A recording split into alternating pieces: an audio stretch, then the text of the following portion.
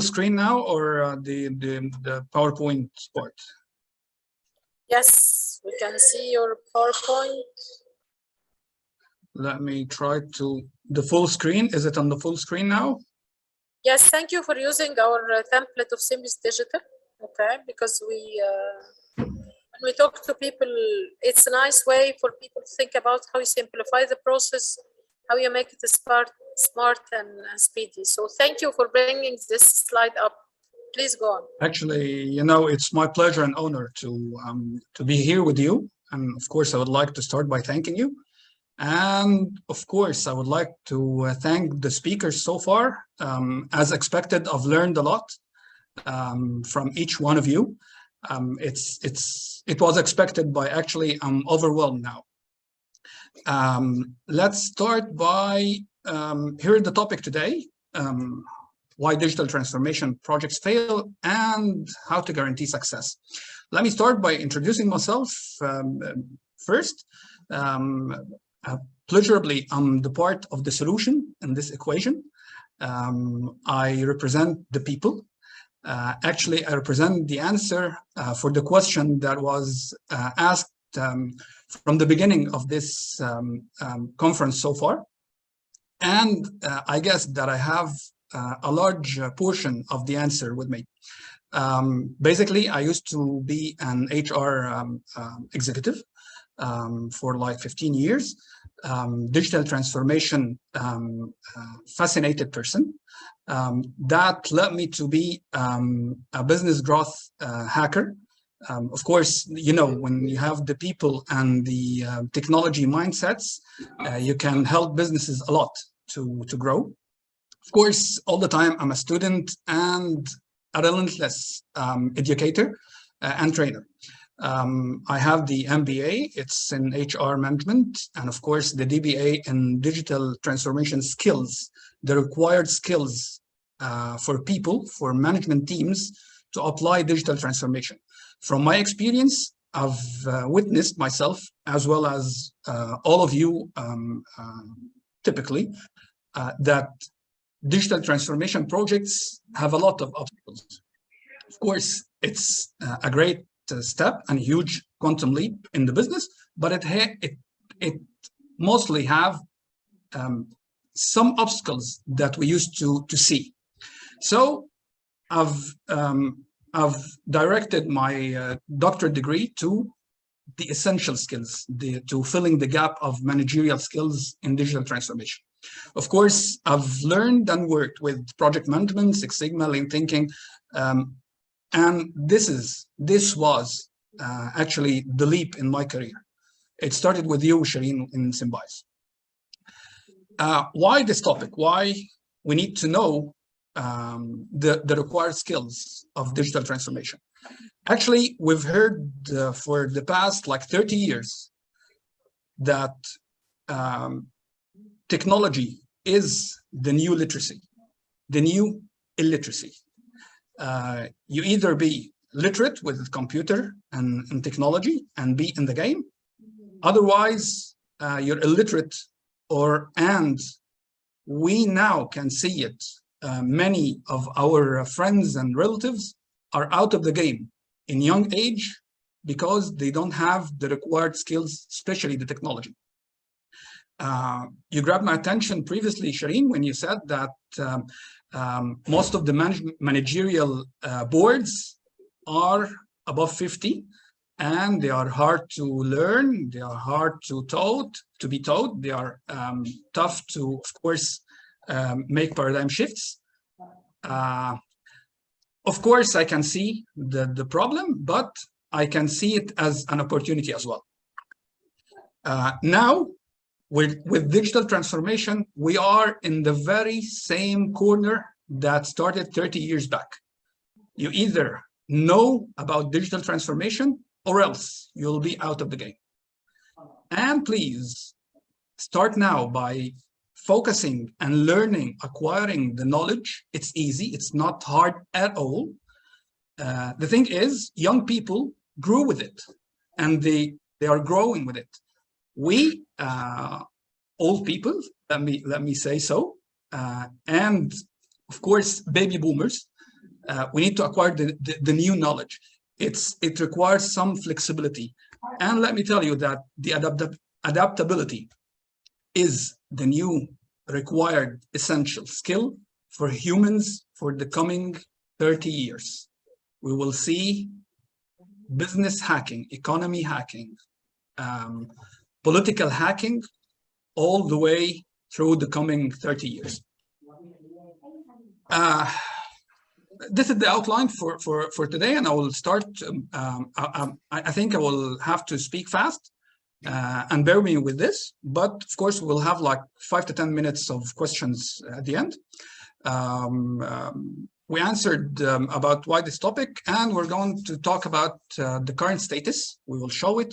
What do we have to do as professionals, as people, to do with digital transformation? What is digital transformation essentially, and the reasons. We will shed light on the reasons why digital transformations fail, and we will see ourselves by our own eyes that the common factor is, and let's see it.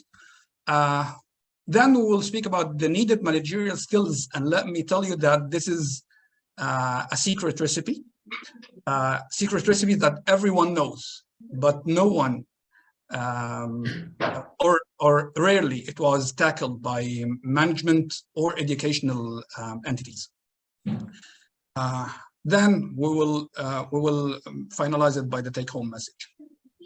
Okay, what is the status? What is the current status? The current status is that we have these type of businesses. In the same time, we have this warehouse on the right side, and of course, we have the Amazon warehouse on the left side. In the same time, guys, we have it now.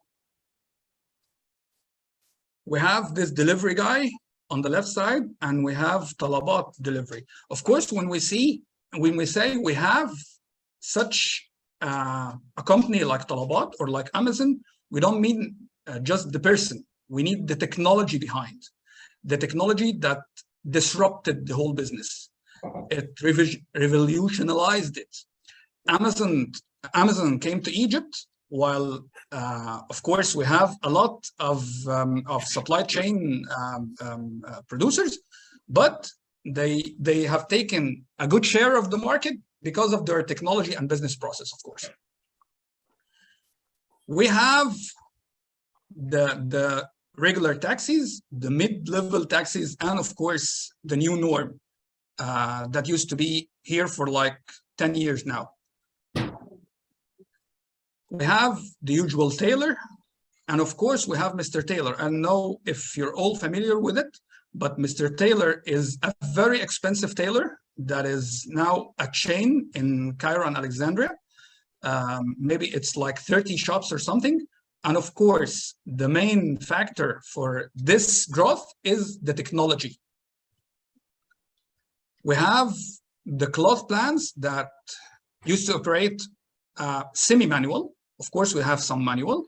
And of course, we have the one on the left side with only one who operates many machines in comparison.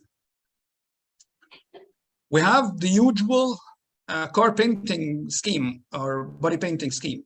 Of course, it's the picture on the top, and downside we have females use technology, and of course the new processes to work in the same job that used to be deployed by men. We have the usual grocery store to above, and of course we have the applications where you can shop right from the comfort of your couch. On the left side is the packaging plant. On the right side also is a packaging plant. We have both of them, and the difference is about technology and business processes. This is a very clear comparison. I bet that most people in Cairo, and I don't know where else in the Gulf area, Etoile have opened branches. Etoile is a very famous brand now in Cairo, and it used to be like a few years back a normal sweets or patisserie. but with technology, with applying the ERP system and the supply chain process of the business by technology, it grew like, I can say, 1,000 times or so. We can all see it, and everyone lives in Cairo will see what I mean. So that was the current status. It's not about large businesses, Shireen, as we were asked before. It can be in very small businesses like tailors, like blacksmith, like carpenting, and of course with huge industries that depend on supply chain like Amazon and so on. Technologies everywhere. We can apply technology on individual level by having the personal websites and digital marketing schemes and applications and so on. Of course, it can be applied on individual level. So what do we need to do? First, I will tackle this here. Fellows, friends, we need to understand that digital transformation is around the corner. It's around us everywhere. And we have things to do with it. It's not the job of the IT. It's not the job of someone else, not me. It's my job. It's your job. It's everybody's job. Actually, it reminds me with the climate change thing that is all over the globe now. Everyone thought like 30 years back that it's someone else's job. Now we all suffer from the climate change. And I believe that we don't need to come to time. We think that technology, artificial intelligence, Internet of Things have taken our role because we stood paralyzed and not doing anything. Now, get ready for it, embrace it, and be at least a catalyst, if not a change leader. You need to be a change leader. And believe me, it's very, very soft and simple skills to learn. You can be part of the problem or part of the solution. Let's start by knowing what is digital transformation. I would like to get to the start so we can all, and especially people who are not into digital transformation yet. Digital transformation is about using technologies, guys, not a specific technology. We have plenty of technologies, and of course, we can't use them all. We will choose what fits the business. Using the process of using digital technologies to create new business model or to modify the existing business model, business processes, culture, customer experience, and of course, this is the ultimate cause, meeting the changing business environment, meeting the customer requirements, and of course, leveraging the customer experience positively. The thing is, if we stood standing and doing nothing, I bet that the market share is going to be affected negatively if the business continues as usual. From risk management perspective, step number one is define the risk. We need to define the risk. What are the risks of failure for the digital transformation projects? Like Forbes assessed, it's the digital transformation projects failure rate is about 84%. Actually, McKinsey, Bain & Company, KPMG, Deloitte have said it fails somewhere between 70 and 95% globally. And of course, we can think of how is it in our MENA region. I think it's similar. And the thing is, when we will see the reasons, we will find it common between us all globally. The thing is, we can simply mitigate these risks. Here are the top reasons for failure. Please, I will go through them one by one quickly, and please focus and conceptualize it, think of it, and reflect on what you have seen in your business. First, it wasn't aligned with the strategic direction of the business. What is the main strategic direction when we are targeting the digital transformation? Mainly, we want to transform the business model to meet the new market requirements, to meet the customer requirements. So we need to think strategically first before we take any step. Lack of awareness within the organization. Of course, most of the boards and the management teams leave the digital transformation thing to the IT department. They think that digital transformation technology is an IT task. Of course not, it's everybody's task in the organization. Then we move to the micromanagement and mismanagement of the agile teams. Of course, when a manager who doesn't have the required knowledge to manage business transformation issue, it's a huge thing. He turns to micromanagement and, of course, ruining the whole process. Distraction by small things, shiny toy syndrome. Some organizations go behind the shiny objects to implement while the business doesn't need it. Why that? Because of the big terms and big names and the people who sell us the solutions as it's a magic wand that will transform the business like this. Of course it's not. And we need to think thoroughly and comprehensively and deeply about the technology that we're going to apply. Of course, the inability to translate the transformation into numbers, into figures. We can speak about organizational performance. Lack of control over external vendors.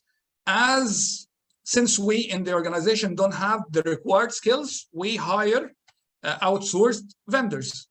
And of course, it's not always a good journey to have.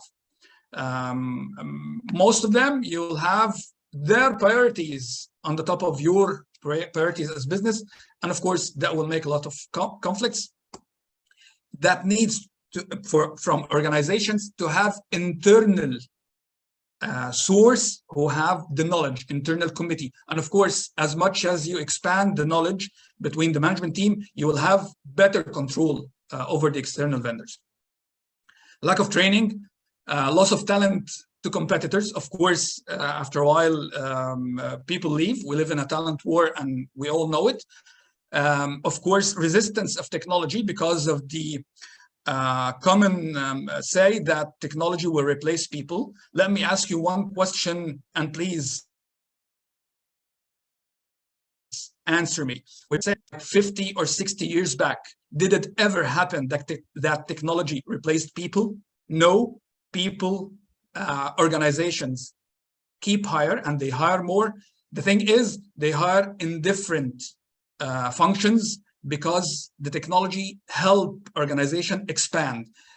When the business expand, they hire more people, but in different functions. Of course, slow decision-making process that will hinder the project with the uncertainty and speed of change that we live on daily basis. Poor prioritization, different separate islands and silos, culture of caution, and of course we understand it. Insufficient resources. We start the project while we don't have the enough planned resources for it. Most probably it's a cash flow thing. Of course, the gaps in digital skills in the boards and management and like 3 to 4 layers down. Inadequate business and IT resources. Please have a look on the 17 top reasons and tell me what is the common factor. If you can type it in the chat, that would be great. What is the common factor between all these 17 reasons?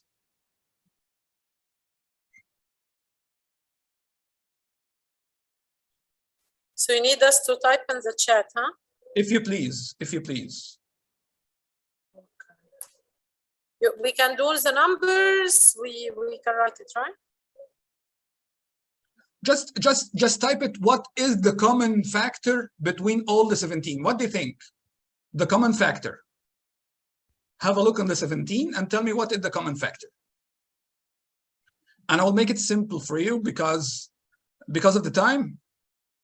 Most of them, the human is the common factor. People are the human factor.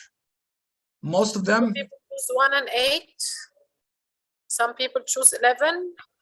Training. Some people slow decision making. Resistance. Okay. Yes, it's all related to people because it's always about people. It's always about people. Whatever strategies, policies, plans we have in place, if people are not aligned and trained and ready to lead the change, nothing will happen. We suffer it for like 50 years now, guys. We see it. We need to be alert.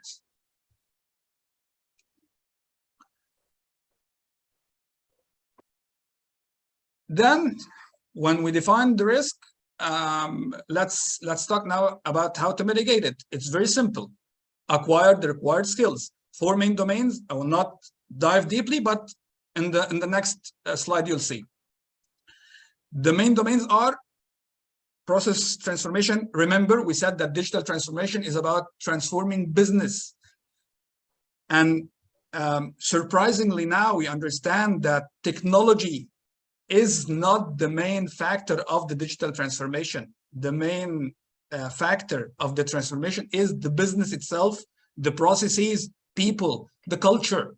It's not the technology. You will apply whatever technology as long as you have the required skills and culture to change, to lead the change. So we used to work on technology first, while it's the wrong on starting on the wrong foot. We have to start by people. It's process transformation, business model transformation, domain transformation, cultural transformation.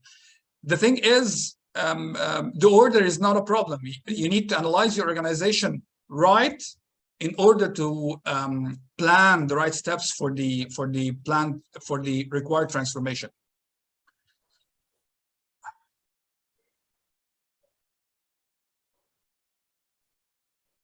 Let me answer this question. What if you hired me today to lead your digital transformation journey in the organization?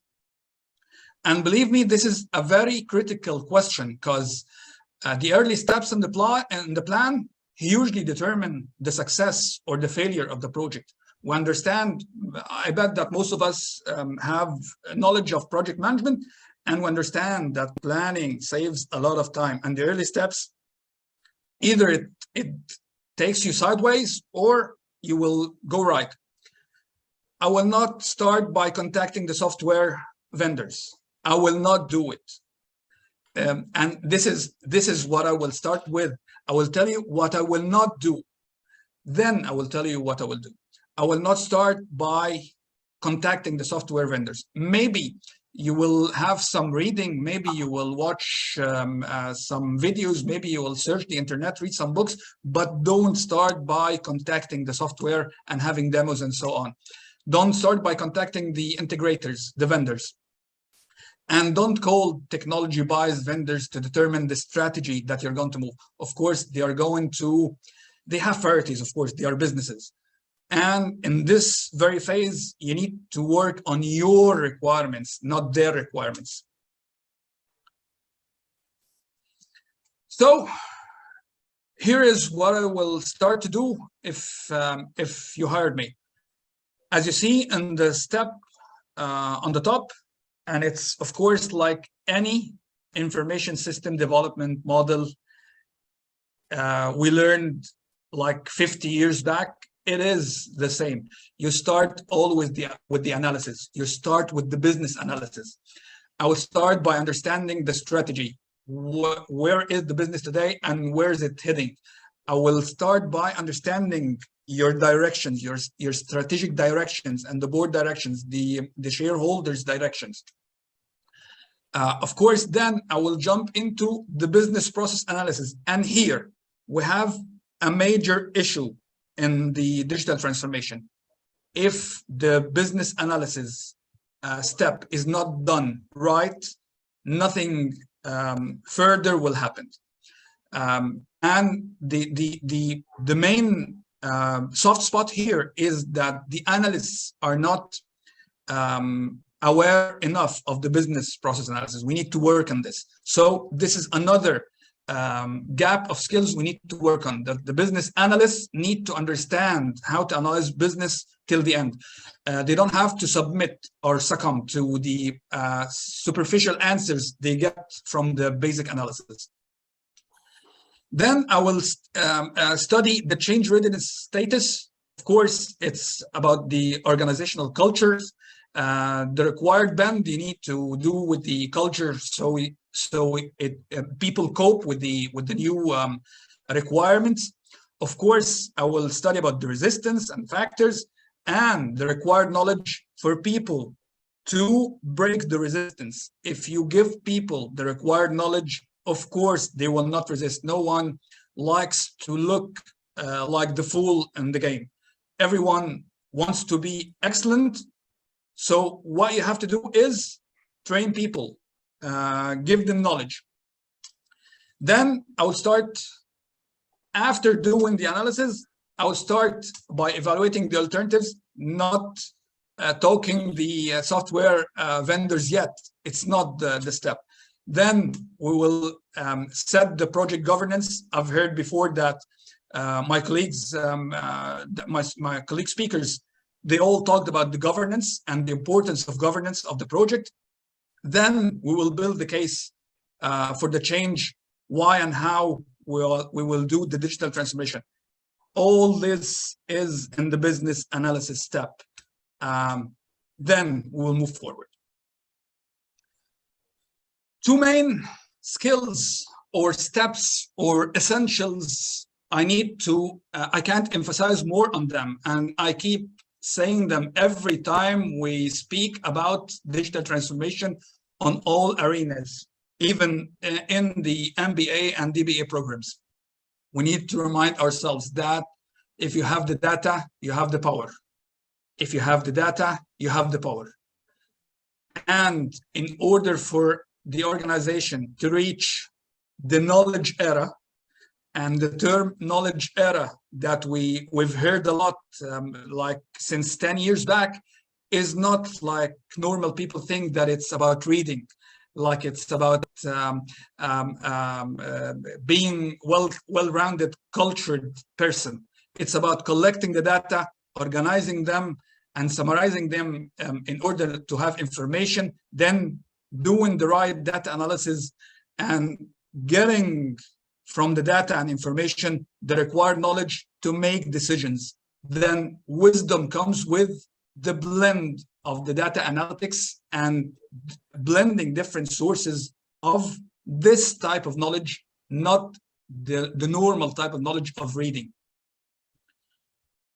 The other fact that I need to remind myself and everyone with is that the ultimate purpose of technology systems is to deliver the required piece of information to the exact specific decision maker on all levels. If it's on the front level, you need to, like if you're in a hotel or something, you need to provide the required information about the empty rooms and the prices and so on, so the decision gets to be done on the reception desk.